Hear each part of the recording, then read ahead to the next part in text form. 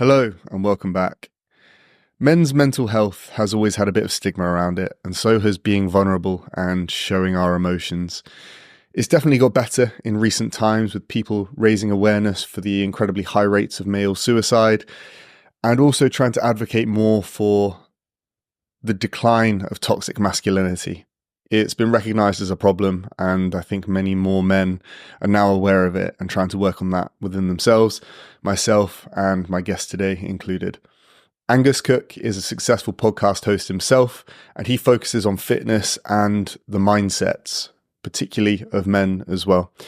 Today, two gentlemen sharing some deep and open and vulnerable conversations about our mental health journeys and what it means to show vulnerability to your friends and why it should actually be a good thing and how it can be selfish to not do it. I really hope you enjoy the episode and take something away from this. This is something that's quite close to my heart due to my own personal experiences, and I really hope that this one can help some people. I really can't wait to hear what you think about it. If I could just ask one favor, please, if you wouldn't mind dropping a like, a follow, a subscribe on whatever platform it is that you're following along on. That is all the motivation that I need to keep doing this. So thank you so much and enjoy the episode.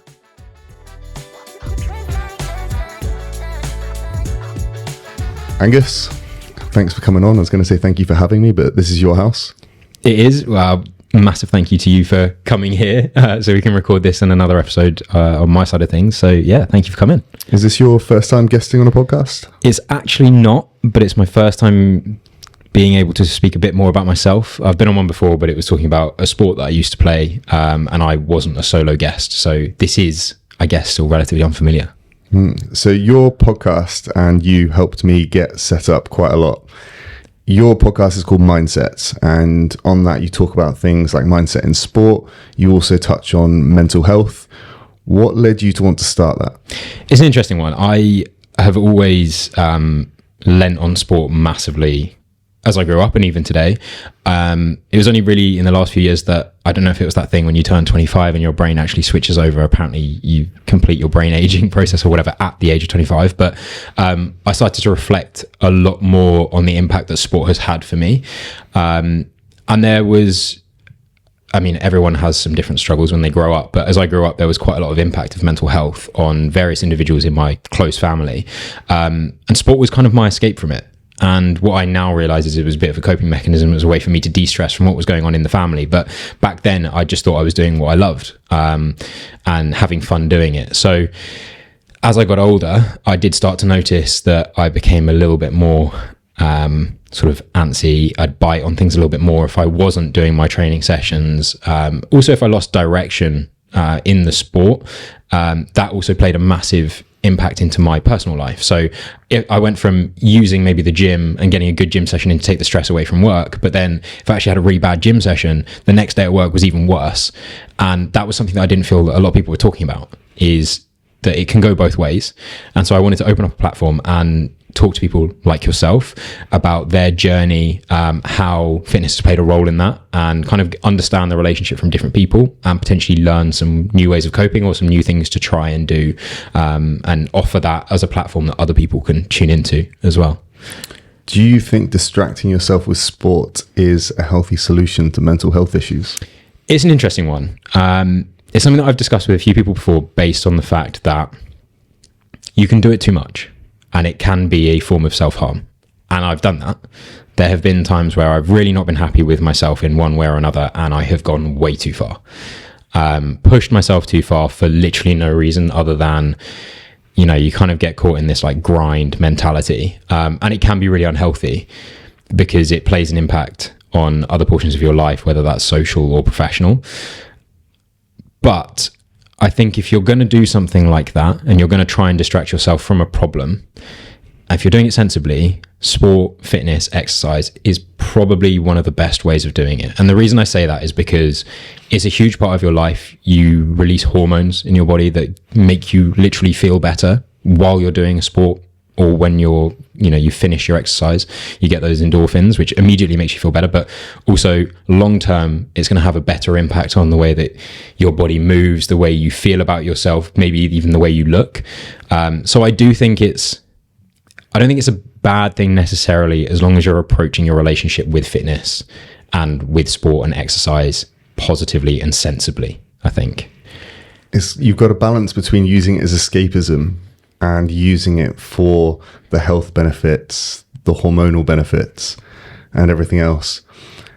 I know one of my best friends, he's an Ironman. He has done a few of them, and he was struggling with depression last year, pretty bad.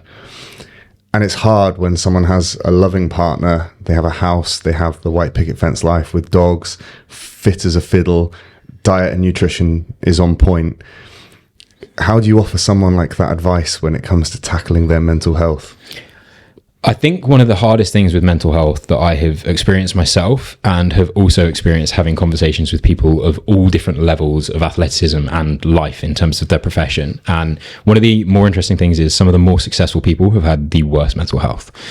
And one of the hardest things about mental health is, while you can get help, and I strongly encourage anyone that may be struggling with anything goes and gets professional help, or at least reaches out to someone that can help them. A lot of the time, the help will help you go through your journey of confronting what it is that's giving you these issues. And one of the reasons that I lean so much on sport, and I have recently got more into endurance-based sport. I don't know if I'm going to do an Ironman just yet, but I think one of the things that's so fundamental about training, especially in an endurance sense, when you're doing things like bike, swimming, running, is you can't really be using your phone while you do those.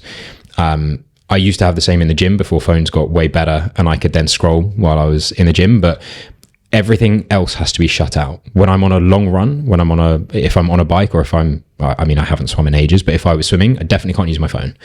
And so all of a sudden I'm now locked in a mental confined space, and I have to have those discussions with myself.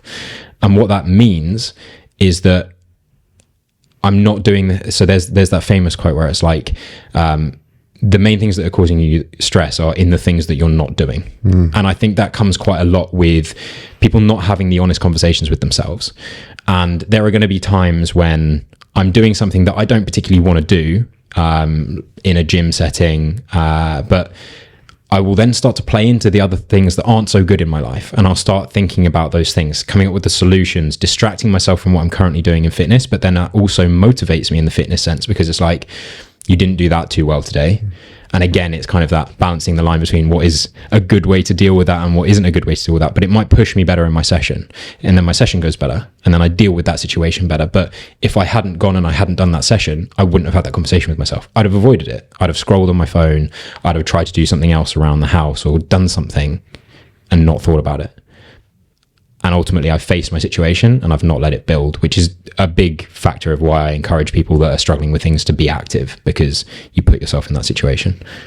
And what would you replace it with if you weren't active, right? Because it's not going to be something that's better for you. And you'll be adding one more problem to your plate when you develop the health issues, the energy issues, and that lack of the serotonin that's built up through a good means. Yeah, it's a very good question. And it's something that I have had to experience and have also asked other people that have got injured. Because as someone that is incredibly interested in sport and it has become just a part of life, the honest answer is that I hope that I never have to find out. But one of the things that is really annoying is, on a temporary basis, injury stops you doing anything. And I actually had something that happened really weirdly last year. I started a new job. I was technically in the same company. It was in a different department. I'd moved down to London for it. Weirdly, I'd met everybody before, because I had been in the company, but I was visiting the office on previous occasions. This was now my office. I go in to this meeting, I introduce myself, and about half an hour later, I'm getting really hot, don't know why. Take my blazer off, my jacket suit, my suit jacket, sorry.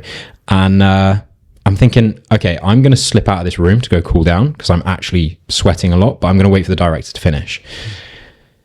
Next thing I know, the room's empty, it's been cleared, the director's looking over me, I'm on the floor, I've passed out. No idea what's happened. I obviously get sent home for the rest of the day, went and saw doctors, they couldn't explain what was going on. To this day, freak event, we don't know what happened, which is kind of a good thing, kind of a bad thing, because it didn't stop, like, there were questions over epilepsy, that kind of thing. Fortunately, all written off, so I am still able to drive a car, everything like that, but kind of also concerning to not know what it was that caused it.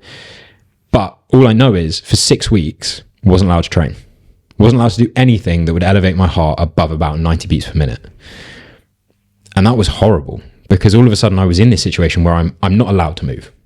It could happen again. If it happens again, I might lose the ability to strive. I might lose the ability to all these other things. So I was a little bit trapped, and I was hoping I'd find something else. And I guess the only other thing that I felt somewhat replaced it was working on the podcast.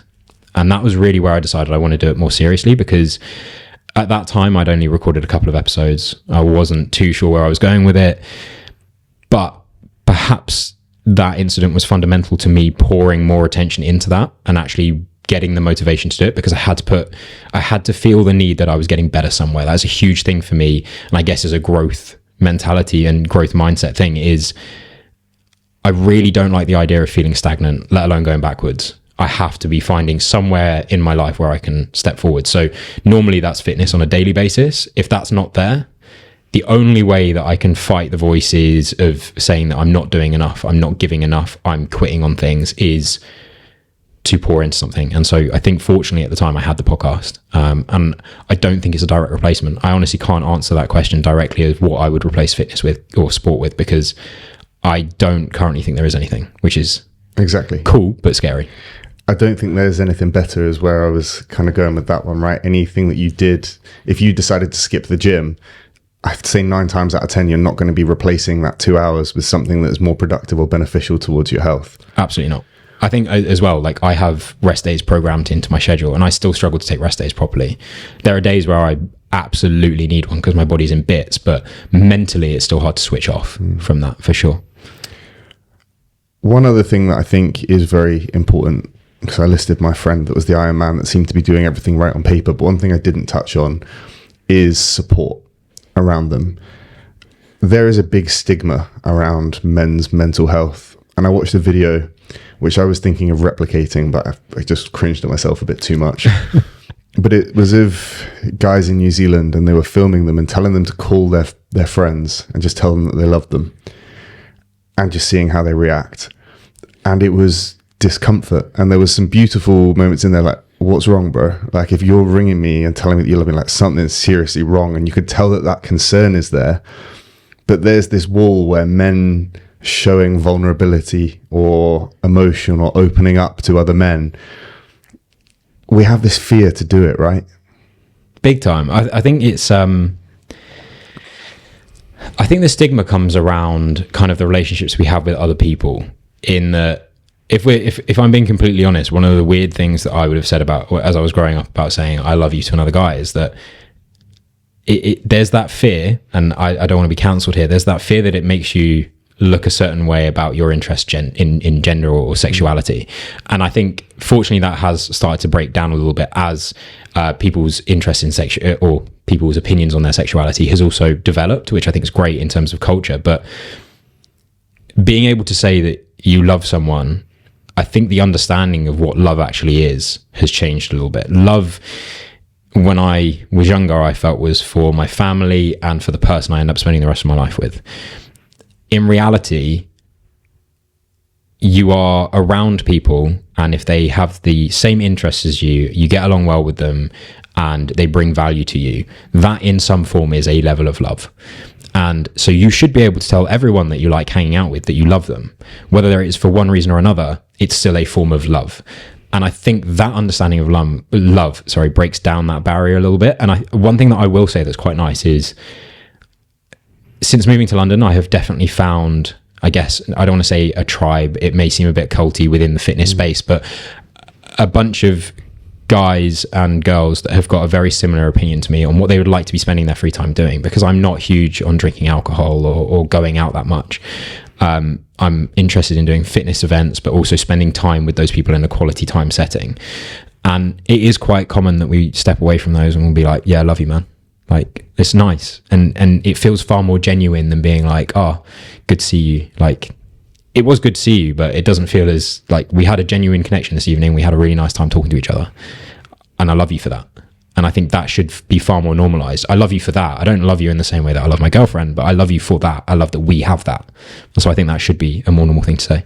That is special, and it's rare in this day and age. I have a couple of friends that, I sign off with, I love you, man. And I remember I instigated it with one of my friends because I wanted to show him some appreciation when he was going through a tough time. And I wasn't sure how it was going to get met, you know, and I didn't think he was going to think it was a homosexual thing or something like that. Not that that would even have been a bad thing that would have affected our friendship. But it's been reciprocated, right? And once you've crossed that boundary, it feels like there is one less boundary, right? And you can be yourself more around that person. But I'd say, I bet there are a lot of men listening to this podcast that don't have any friends that tell them that they love them. And it's not that they don't. It's that it's socially awkward to cross that boundary first. I think it is. And I think I used to say it takes a type of person to break down barriers, break down boundaries, but it doesn't. It takes about 5 seconds of thought from anyone, in that you could be sat with your friend, you could be being quiet, and if you, for 2 seconds, and maybe you're flashing back to hearing this in a podcast, which we're saying right now, but you could turn around and you could just say, love you, man, for no reason. And they might turn around and be like, what did you say? You just be like, I love you, man. Like, just wanted you to know, like, with our relationship, I really appreciate you for XYZ. I just want you to know, I love you, man. That 5 seconds or 10 seconds that it took for me to say that will change the dynamic of your relationship. And actually saying the physical words is not hard. It's getting over that mental barrier of exposing yourself that you actually like this person. And more often than not, if you can get to the point where you say you love a friend of yours, then they are probably close enough to you that they will turn around and be like, well, yeah, obviously, like, I guess I love you too, man. Like, all good. But it takes 5 seconds of bravery, and then that barrier is gone. It isn't a big thing. You don't have to work up to it. Just within 5 seconds, it springs into your head. Say it. And say it because you don't know if you might not be able to next time for whatever reason. Like, take that step. Be that brave person for 5 seconds. It's that fear of rejection as well, right? And again, not in rejection of romantic advances, but if, you know, they're a stereotypical toxic masculinity exhibiting person who would then be like, don't say that, you know, and how that would make you feel. And again, my thing with that is, if that happened, so let's say you've had the 5 seconds bravery and then it goes wrong, is that someone you actually want to be around? Because if that's the sort of response you get to you saying something like that, then it's probably not the right person for you anyway. So, I mean, it may be a sink or swim moment for your friendship, but I would say if you're thinking about, or if you feel that way about someone where you're comfortable to even think about saying that to them, then you're probably able to trust them. If that happens, they've shown their true colors. Maybe you don't want to hang around that person too much more. If you feel like you want to say it. Don't force it if you don't feel like it's 100% there, though, because that's another thing, right? I've wanted to bond with a guy that, you know, I got along with really well, and I'd heard him tell his friend that he loved him on the phone, and I was like, oh, I'm going to tell him, but we weren't there yet. And if it doesn't feel natural, it's not going to come across as natural, right? But if you feel it, say it.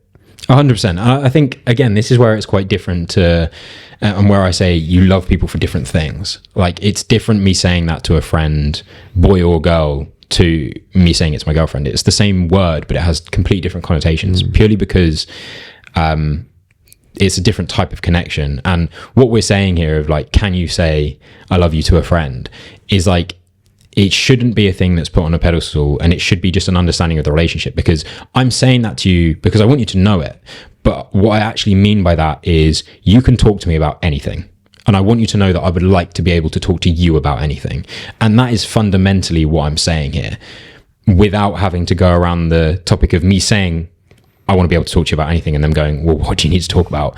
It's not that. It's just putting it out there. If something was there, I'd like to be able to talk to you about it, and I want you to know you can talk to me about it. I think that's what that actually means, but it's a nicer way of saying it without getting someone too concerned about what must be going on for you to say it in the first place. 100%. And it goes the other way as well, right? It's not just about showing your friends love when you feel it. It's about being able to show vulnerability when you feel like you need someone to lean on, right? And I feel like if you can cross one boundary, as you say, by telling them you love them, you're letting them know that you're there for them, and you actually consider them a true friend. It's not just some surface level broship of some guy that you nod at the gym. It's like, no, I actually consider you a friend, and I want what's best for you. And I feel like once you've crossed that boundary, then you're probably going to find getting support when you need it easier as well. I think that's the biggest thing is it's about the support. Like, if we don't look at that individual relationship as one thing, because most people have a few friends.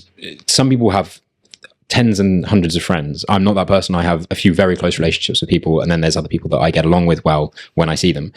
But if you think about, I mean, some of the most sturdy things in the world that are physical. So if we take the example of a house, you never see like the roof just hovering, right? It's being supported by the foundations, the brickwork, everything inside it.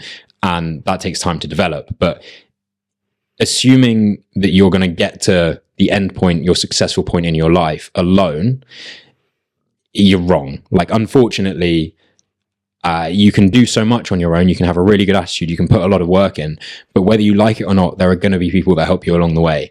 And so actually letting people help you elevates that process, means that also when you're at a point where you deem yourself, you've deemed that you have reached the level that you once thought was success, because you've probably moved the goalposts a bit. But when you are at a level, you're still supported because you have built this relationship with different people all the way, and you still have that. You've cultivated it. It's there.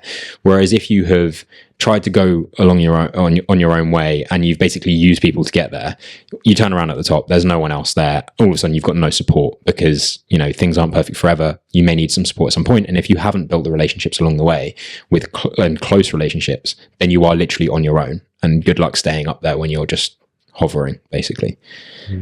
Why are we afraid to show weakness in our mental fortitude to other men? I think it's an ego thing. I often fall and slip into a kind of a primal understanding of humans, because I think while we look around us and we see that we do live in nice warm houses, we have technology. Like, you and I could name a song right now and we could literally be listening to it in 15 seconds, which is absurd to me, by the way, like the way the technology is developed. But we have to understand that by nature, there's still some primal instincts, right? And in order to be able to build a family, have a partner, you need to stand out from other people. And I think one way that people don't want to stand out is their vulnerabilities. And so you like to have everything look great. And that's another thing that comes across on social media. Everyone shows the good bits. And I think that's a nice thing. I think it's nice that people document their good bits, but you don't get a flavor of really what's going on with someone. You don't get an honest 360 view of what's going on with someone or who someone is. And I think that's become so common these days that it's actually very hard to kind of show the dark side of you, or what's going on behind the scenes, I guess. But again, since I started doing a podcast where I would share a bit more about what was going on with me to kind of get on the same page as a guest as well, all that I have heard is positive feedback. And if anyone wants to give me negative feedback, that's fine, because I don't know you probably. And cheers for the engagement. It's just helping me really. But at the same time, it's every single time I've done it, I've actually not regretted it. And even if I've shared something with people that I don't really know, I mean, I don't think they've used it against me. I don't know how they would try to, but that's something that I have learned, is speaking about things that I wouldn't normally speak about means that it's out in the air. It's no longer just like on my shoulders. It's no longer just in my head. And someone might turn around and share something really helpful back. You never know. And so I think it's hard because we want to put ourselves on a level. We have this perception of who we are and who we need to be. And we think that our internal bad things make us not that, when in actual fact, it probably makes us more of that. You're a stronger person if you're able to tell people more about yourself than if you hide things away. I think that shows insecurity, if anything. I fully agree. And I agree with the social media point that we're so used to just putting our best selves out there that showing weakness is taboo. It's, especially as a man, right? You're less of a man if you're not strong and stalwart all the time. But it's not the case. And some of the strongest, most powerful men in the world have been through this shit as well. And one of them, being Elon Musk. Again, not looking to get involved in the politics, because I know he's upsetting a lot of people at the moment. Yeah. But, he is one of the most intelligent and one of the most successful businessmen on the planet. And when asked about his mental health, he said, a lot of people wish that they were me, but if they knew what was going on inside me, they wouldn't. my mind is a storm. And if someone like that, can come out, which, saying that he's not only got the fear of what his friends might think of him, he's got the fear of what the investors in all of his various business escapades will react. You can do it as well with a close friend. Just let them know, your mind is a storm at the moment. And if they don't ask you why, they're not your friend. 100%. I think I really wouldn't want to be in Elon Musk's brain. I think there's way too much going on there. But I think it's also the same. I'd never really want to be in someone else's headspace entirely. But if someone has something that they want to bring up and talk about, then I'm more than interested to talk to them about it, offer my view of it. Because again, that's also a chance for me to, and I wouldn't say it's a chance for me to then tell them everything about me, because that's not the point if they've come to you. But I do think it can be helpful to get different perspectives and kind of at least turn that storm from a category 5, like hurricane, down to something a little bit more manageable for both of you, really. 100%. Cliche platitude incoming, but a problem shared is a problem halved. And there is truth in that. Just feeling like someone is going to be there in your corner. But the thing is, they're not going to be if you don't give them the chance to. And are you really a good friend to them if you don't give them that opportunity? Because I would love the opportunity to be there for my friend. I would love to think that in their darkest moment, they could call me and I would have the opportunity to be there for them. And one of my good friends in Newcastle did that for me last year. He was going through one of the toughest periods of his life. And he was off work for a few weeks and he called me. He had moved back in with his parents at the time. He called me and I took every opportunity that I could to go and spend time with him. And it wasn't a burden. It wasn't a sense of, oh God, here he is, Mr. Miserable. It was, this is a true friendship. This is someone who is in their time of need, who trusts me. It's a compliment. And if you don't give your friends that opportunity, you're not being a great friend yourself. Yeah. And like you said, it's actually quite a nice thing when someone comes to you, because it gives you, again, more confidence in what you have between the two of you. But you also, again, reaffirming that they would do the same for you. And I saw something recently come up on one of my feeds, and it was a guy who was quite late in his age and was on his deathbed, sadly. But what he was basically saying was, when it comes to the end of your life, you can be as successful financially, you can be as successful, not financially, in totally different forms of success, but the thing that it comes down to when you're at the end of your life, the main thing that you remember is the moments that you had with people, the moments that you had in places. And some of the biggest things that you have happen in your life in terms of memory are interactions like that, because we're so fine-tuned, like our mental and our physical being is one thing.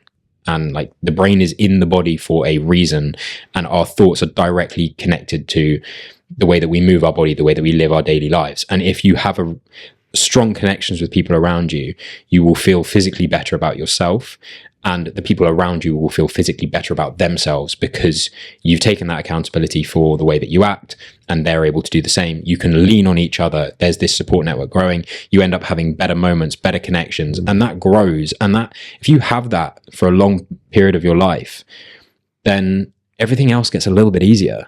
You're not on your own fighting through so much. And, when the end of life comes, whenever that may be for you, I don't know how it works. I'm fortunate enough to say I haven't passed away.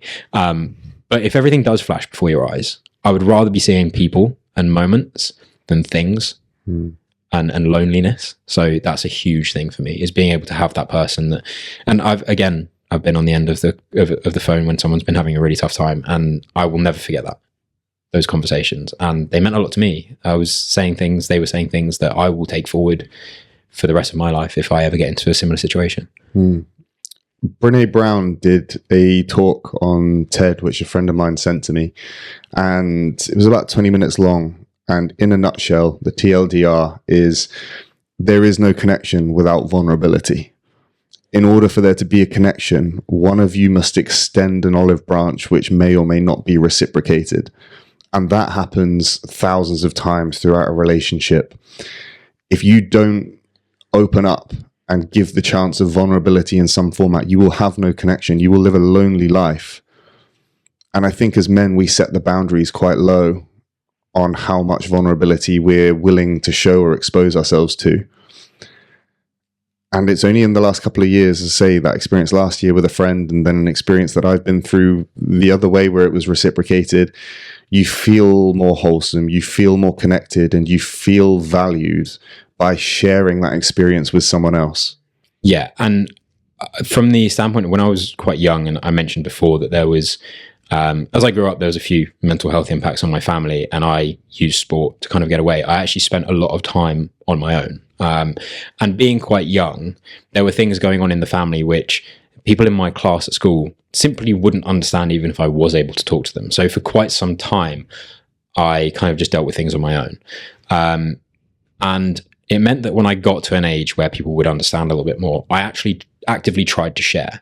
But these were also still, I mean, I want to say young adults. I don't even think they're like, we would consider ourselves young adults at this age that I tried to start sharing with people, but it wasn't reciprocated in the same way because other people weren't going through similar things.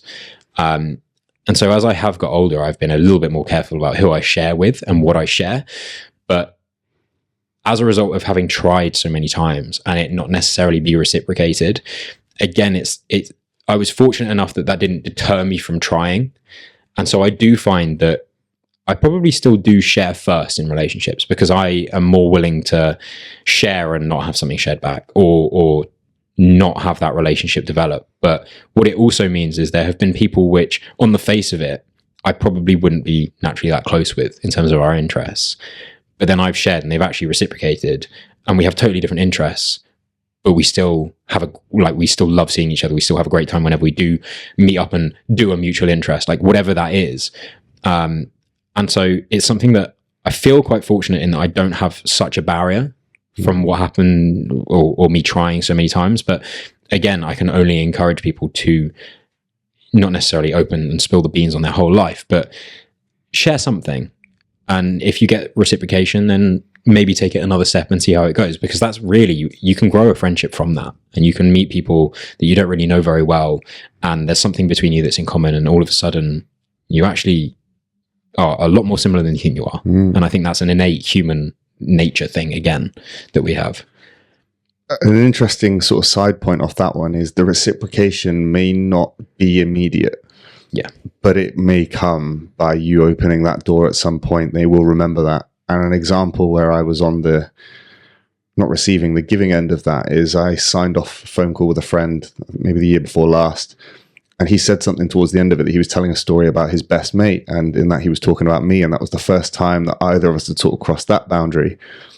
And I didn't address it, but it hit me. And I was like, oh, I'm his best mate. I got that warm sort of fuzzy feeling inside, but then signed off and didn't say anything about it. I texted him maybe like 3-4 hours later. And I was like, mate, I'm sorry I didn't address that on the call. I was processing it, wasn't sure how to handle it, but you're one of my best mates as well.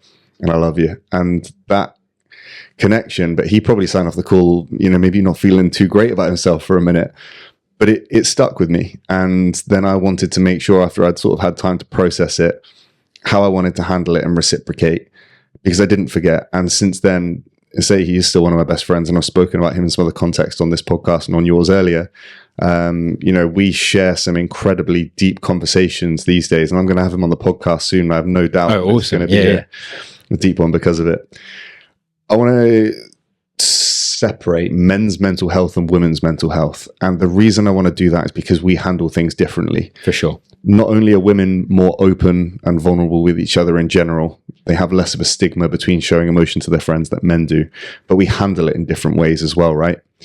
Have you heard of the Shed in New Zealand? I haven't. Do tell.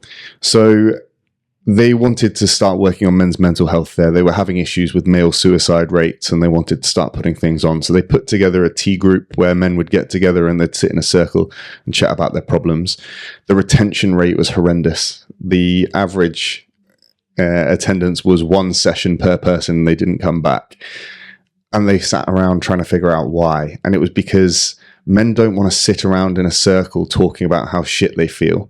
They want companionship and also the ability to bond. So what they did is they built this thing called the Shed.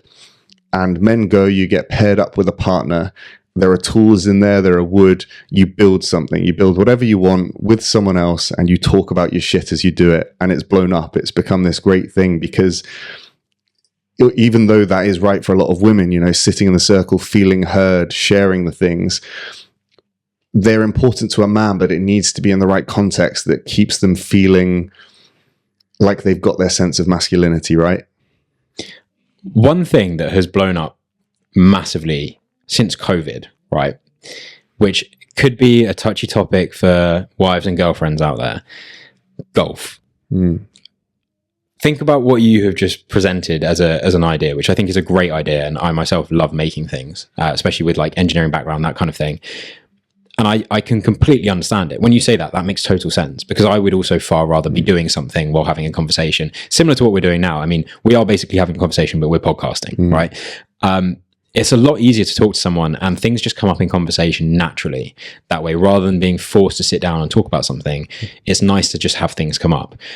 Golf, fundamentally, I believe, it's a secret that isn't spoken about. It's where men go as they get older for therapy, right? Because you go around, you hit like the crap out of this thing and you take a bit of anger out physically, but you're also spending, if you're doing 9 holes, 2 hours, 18 holes, maybe up to 4 hours with at least one other person, and those conversations are naturally going to happen. And it may not happen on the first hole, maybe towards the back end of your round. You are having some conversations, and at the end you shake hands and you go home and you feel a lot better. You've done something physical. You've kind of opened up mentally. Now, golf is an example. It's one that I think, like I said, I think it's the secret one. But there are many, many things out there, and I agree. I think that doing things as guys is a lot better than kind of forcing yourself into a situation where you need to share. So it also may be that you are already doing that and you're just not conscious of it. You may realize that actually, me and my friend, whenever we go and hang out, we go and do that. And it's like, yeah, that's because that's your way of doing it. Do it more. Like, it's great. Keep doing it. Find the thing that you like doing with someone else and do that, because I don't want to say it's therapy, but it's going to be something similar to that. It's going to be therapeutic in some essence, right? I saw something that was being memed because men were using it as an excuse to say to their wives they got to go out on the piss twice a week. But there was some study done in the States, I think it was a Harvard study, but I might be misquoting that said that men need 2 nights a week with the boys on average to keep mentally healthy. And they were sharing it saying, hey lads, we're going on the piss. But there is something to that, right? It doesn't need to be sitting down and going for a coffee and talking about your problems. But golf, as you say, is the perfect example of it is therapeutic. Yeah. Interestingly, something that I have done recently, so with this group of mates that I've managed to get involved with since I moved to London, we all train pretty hard and we take that quite seriously. Less of an interest in drinking, like I said. And our version of social occasion is we'll meet up and we might do something in sport. We might just go and hang around at one of their houses and just like, we might all work together. Like whatever, but we're doing something. And usually at the moment, it's every Tuesday. We turn up to see another mate who will put together a session that's pretty gruesome. And we'll go through it. And while we're actually doing it, it's vile. We are unable to get a word out to each other. We're breathing too heavy, or we're just unable to compute a conversation. But the reason I go every week isn't for that, obviously. The reason I go is the 10 minutes before we start, everyone's really nervous and we're kind of talking about how our week's going, that kind of thing. And when we're done, we talk about the session, but we'll also talk about everything else that's going on. And then later on in the week, we probably meet up, we do something different. Today, we did yoga for the first time, which is hilarious. Again, kind of a vulnerable thing, but just being there in and around doing it, we're all having these conversations and checking up on how someone's work's going, what's changing in their life. And it is that opportunity to share openly within that network. And you know, if someone was asking what I was doing today, I was just hanging out with mates. And I'm not hiding the fact that I did yoga. I mean, I'm putting it out there for everyone to know.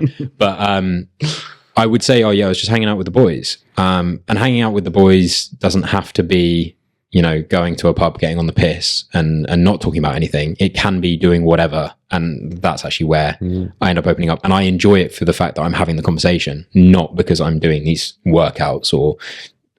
I'm definitely not going to say after doing one session of yoga that's why I went. Yeah, I think two things I want to say on that one. I think yoga is emasculating, but not for the reason of, oh, it's a girly sport, but it's because you think you're a tough guy. Go and try and hold some of these poses for a couple of minutes. Word, it's a joke.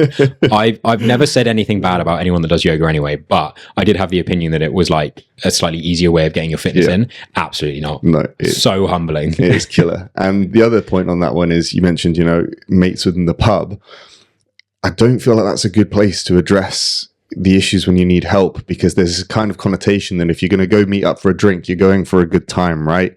You're going for booze, you want to get cheap serotonin and dopamine, and you feel like you don't want to drag the mood down, right?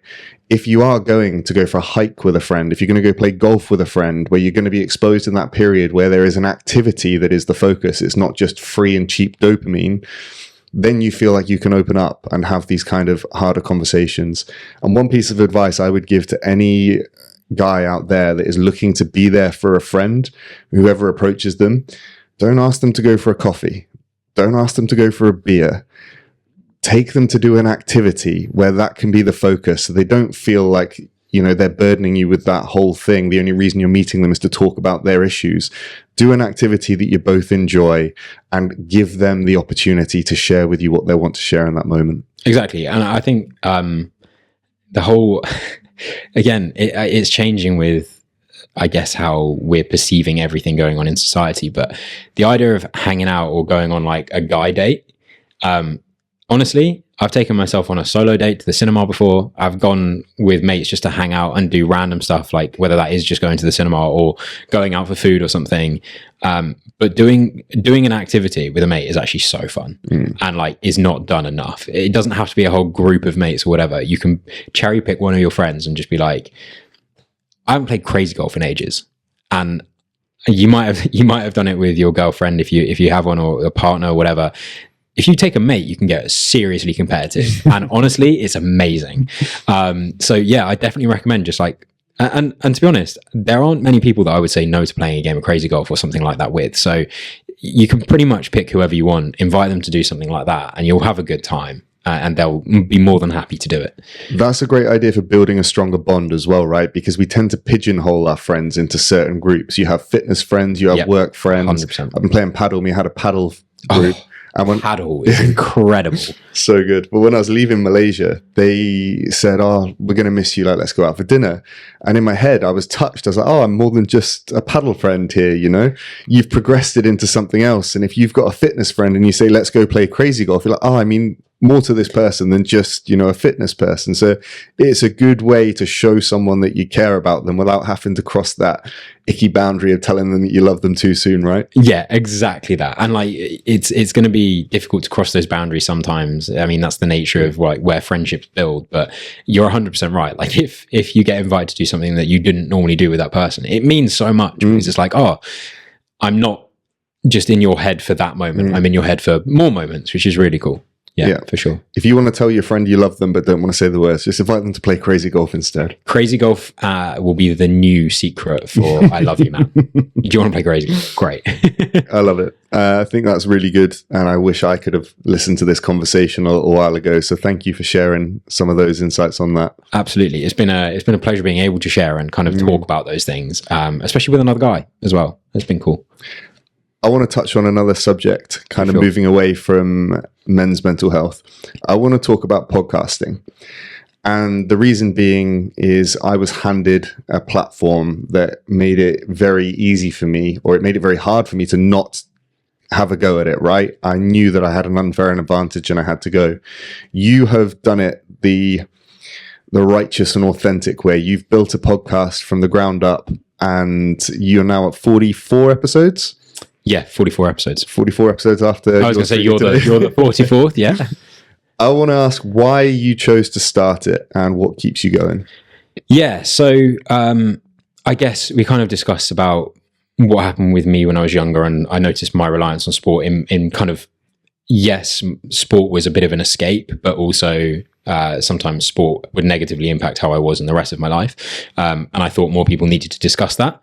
And also people that are better at sport than me might be able to weigh in on other things like the media influence on their life that they don't have a control of. And, maybe being injured when it's your career. Like, how long can you actually be injured for before your career's over? That kind of thing is a tough conversation to have, and I'd love to know more about that. So that was one reason. But the whole idea of podcasting is it's a way to bring more people into a conversation without them necessarily being able to be there. So it's also a free platform. Like, I'm a big believer in trying to do things the right way. And so don't get me wrong, I would love to have started a podcast with thousands of followers already that are keen to listen and know more about me. But at the same time, it doesn't bother me that I didn't have that, because what I wanted to bring to people was just value, right? And I guess people don't necessarily, and I'm not stupid enough to think that people come to the podcast that I have for me, right? They might come to the podcast for the guest, and then if they actually think, he's actually not the worst guy in the world to listen to, they might come back for another episode. And if that keeps someone, then excellent. That's great. That's really what it's there for. Because what I'd love is that, let's say some of your followers that are deeply interested in your journey go, oh, that was really interesting. Oh, I liked the question that he had at the end for the next guest. Maybe I'll tune into that one. And they meet who the next guest is and they go, I've never even considered that sport, that way of life. And they find that really interesting. Well, actually, by that point, there'll be 45 episodes that they can go back and listen through. And I think the whole thing with it is, what I'm trying to stay true to is that every episode brings value to someone different. And so I don't need I don't need my guests to have thousands of followers for my exposure. What I care about, and some of the best podcast episodes I've done, is with the people that have almost no following, but have some of the wildest stories. We're talking about people that are currently cycling around the world. They're not able to have followers because they're too busy cycling around the world to post everything. And so some of those stories are some of the best. I mean, there's a lot of military people that are actually unable to tell their stories at the time of everything happening, but they come out of the military, they're actually allowed to share some things. And so some of those I find fascinating. I don't know if that's a guy thing as well, like guns, whatever. But again, also with some of the women that I've had on, there's been things that I have learned. And one of the things I've enjoyed the most about that is because I'm aware, as I'm hearing things, how much other people also don't know about something. And they're some of the best episodes I've had, is other guys and girls that be like, I never knew with that condition that meant that. And immediately it's something they can play into their life. And so the more that I can give that to someone, it's not a monetary exchange, but like that is true value to me. And so the more that I can do that, the more I want to do that, I guess. 100%. I had a guest on called Frankie Turner, and I wanted to talk to her about business. And one thing she said to me, would you mind if I spoke about perimenopause and raised awareness of that? And I didn't even know what perimenopause was. I obviously had a menopause, but I didn't even know what the peri meant. And it ended up taking up pretty much the whole episode, because it blew my mind. I had so many questions about it. It was something I hadn't even considered. And you might think, as a man, why would I need to know about perimenopause? Well, as a man, I still guarantee that 50% of the people in your life are women, and you're going to want to understand and be able to show empathy for things that are happening in their lives. And I know that it's going to make me a better person and have better relationships with women by doing that. So opening your mind to explore these new avenues is just going to make you a better person, and it's going to help you build relationships all around. I think one of the biggest things that I have learned on the podcast that has played into my life fundamentally is understanding a woman's natural menstrual cycle. Like, I'm not going to go into it here, but guys, if you don't understand it, or you kind of just know that it happens once a month, then you need to learn about it, because it will transform your relationships with people, not from an understanding. And I do not recommend, if you are aware that someone is at a time of the month, that you go, oh, you're a time of the month, because that will almost be your last day on planet Earth. But what it will mean is that you will have an appreciation for what may be going on, or the way that they might react to something. And so actually having that understanding can also be a bit of a superpower in building that relationship with someone, because you might be aware, if you have a female friend that you want to go out on a doing activity with because you plan to share with them, it might not be the best time to do that. It might actually be the best time to do it. If you're going to go off and do something really adventurous and really fun, it might be the best time of the month to do that. So take advantage of that. And it's one of those things that I don't think we have appreciation enough for as guys, of what's going on, because there's a whole lot going on there that we're fortunate enough we don't have to deal with. And so learning things like that, I think, is really interesting, because it's a field that we don't grow up learning because it's not happening to us. And unfortunately, I do think blokes are a little bit more simple on the physiological side of things. So we don't think about it. So there's not so much we can offer back to women in terms of the same knowledge, other than like the guys have a 24-hour cycle.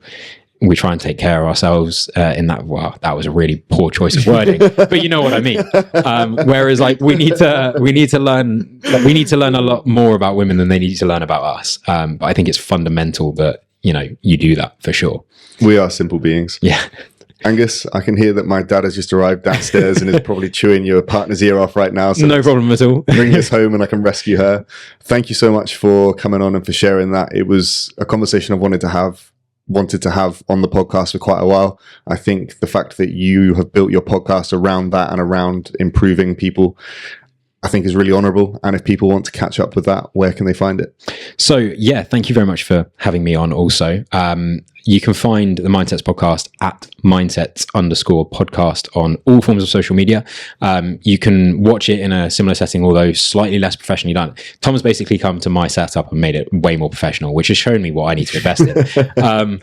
But yeah, you can watch it if you want to, or you can find it on all your favorite streaming sites as well. And one thing I also do want to say, whilst Tom is here and he's come away from Malaysia, not just to podcast, but for other reasons as well. One thing that I do want to say that's massive is we got in touch for me to give you a bit of tips on how to start a podcast. But I think one of the biggest things was because I've had a lot of people say, oh, I want to start one. And a lot of people do. And I think it's great. And there's enough space. It is very competitive, but there's enough space for every podcast, right? I think the biggest thing is that you're the first person that's just done it. And while we discussed in our episode on the Mindsets podcast a bit more, there was a bit more backstory to that. When I said, this piece of equipment's great, this is something you shouldn't consider, this is the way to approach it, do this, you went, yep, cool, done. And believe it or not, you've got a podcast, you're quite a few episodes in, you've had some incredible discussions, you've started cultivating a sort of, I want to say a listening, kind of a following, but for listeners. And that's huge. And it means that I think you and I going forward will be able to do more episodes, but also stay far more in contact, because I know that you're a person that when you ask for something, you'll do it. And I hope that you appreciate as well that I'm going to be the same person because I respond to that in the same way. So I want to say a massive well done for doing what you've done so far. Huge thank you for being a guest on mine, but also allowing me to be a guest on yours. And I'm hugely excited for your podcast to continue going. Thank you so much. And there's a little teaser drop in there as well. I have just featured on Angus's podcast, the Mindsets podcast, and that episode will be going live when? That'll be a few weeks' time. I've got a couple of episodes recorded. So I can't give you an exact date right now because I've got to double check when this week's one's coming out. But it will be probably in about 2 weeks' time. Perfect. So I think by the time this is going to be live, then that episode will be live as well. So if you want to hear me talk about my own personal journey a bit more, Angus asked some incredible questions and we go into a bit more depth there as well. So Angus, thank you so much for coming on. No worries at all. Thank you for having me. Cheers.